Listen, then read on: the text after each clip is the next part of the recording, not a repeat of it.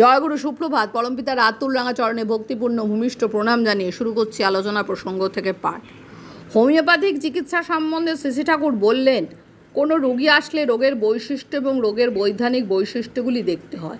দুদিক দিয়েই খাটে এমনতর একটা ওষুধ যদি পাওয়া যায় তাহলে তো ভালোই, সেই ওষুধই দিতে হয়। তা যদি না পাওয়া যায় তবে প্রথমটা রোগের বৈশিষ্ট্য মতো ওষুধ দেওয়া ভালো। তাতে ফল না পেলে রোগের বৈধানিক বৈশিষ্ট্য অনুযায়ী ওষুধ দিতে হয়। অ্যানাটমি ভালো করে জানতে হয়।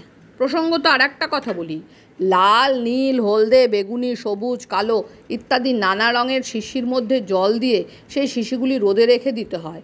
পরে ভালো করে নাড়িয়ে সেই জল খাইয়ে বিভিন্ন রকমের অসুখ সারানো যেতে পারে। একে বলা হয় ক্রোমোপ্যাথি। কোন রোগে কোন রঙের শিশির জল উপকারী বাস্তবে পরীক্ষা করে দেখতে হয়। এ সম্বন্ধে গবেষণা করে দেখা যেতে পারে।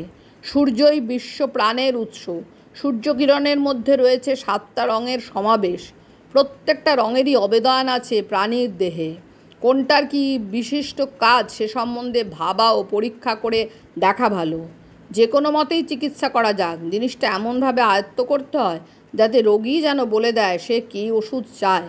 চিকিৎসকের নার্ভাস সিস্টেম খুব তুখর হওয়া চাই, যাতে রোগীকে দেখা মাত্র সে বোধ করতে পারে তার ভিতর ও বাইরের অবস্থাটা কী। বিভিন্ন প্রকারের অজীর্ণ প্রসঙ্গে কথা উঠল। সেই প্রসঙ্গে শ্রী ঠাকুর বললেন, শালপানি, গনিয়ারি, কুলেখাড়া, ভৃঙ্গরাজ, কালমেঘ, গুলঞ্চ, করচি ও হরিদা প্রত্যেকটি সিকিমাত্রা নিয়ে আধসের জলে সিদ্ধ করে আধ পোয়া থাকতে নামাতে হয়। এই পাচন ঈষদুষ্ণ অবস্থায় সেবন করা বিধি। ধারাবাহিকভাবে বেশ কিছুদিন এটা খেলে ভিতর থেকে অজীর্ণ রোগের প্রতিকার হতে পারে। অবশ্য কোনো ওষুধই সবার ক্ষেত্রে সমভাবে উপযোগী নয়।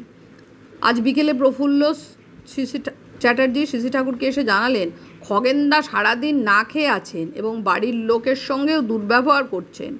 তিনি এর কারণস্বরূপ যা জানান তাতে আরও কয়েকজন জড়িত হয়ে পড়েন। শ্রী ঠাকুর সংশ্লিষ্ট সবাইকে ডেকে শুনে নিলে খগেনদার রাগ ও দুঃখের বাস্তব কারণ সম্বন্ধে সঠিক তথ্য অবগত হন।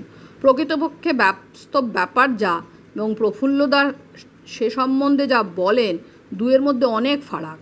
শ্রী ঠাকুর তখন প্রফুল্লদাকে বলেন, তোমার কথা শুনেই যদি আমি কোনো প্রতিবিধান করতে যেতাম, এত ডাকাডাকি করে সব না শুনতাম, তাহলে কীরকম অবস্থা দাঁড়াতো।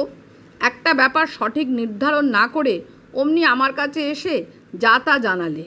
ওর কাছে তুমি সরাসরি জিজ্ঞেস করতে পারতে, তুমি নিজেই শুনে নিলে অ্যাডজাস্ট করতে পারতে। তোমরা ঋত্বিক মানুষ, মানুষ নিয়ে তোমাদের কারবার। তোমাদের এমনতার অভ্যাস ভালো না, যাতে জটিলতা, মনোমালিন্য, ভুল বোঝাবুঝি, বিরোধ ও অশান্তি না বেড়ে তার নিরসন হয়, তাই তোমাদের করা লাগে। শ্রী ঠাকুর খগেনদাকেও তার অন্যায়ের জন্য ভৎসনা করলেন এবং তখনই গিয়ে খেতে বললেন। খগেনদা, একজন আমার কাছে কিছু টাকা পাবে, সে টাকা না দিয়ে খাবো না প্রতিজ্ঞা করেছি।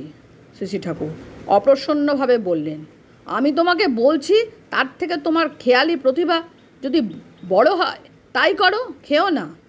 আপনি যখন বলছেন তখন খাবো, এই বলে খগেনদা খেতে গেলেন। জয়গুরু বন্দে পুরুষোত্তমম।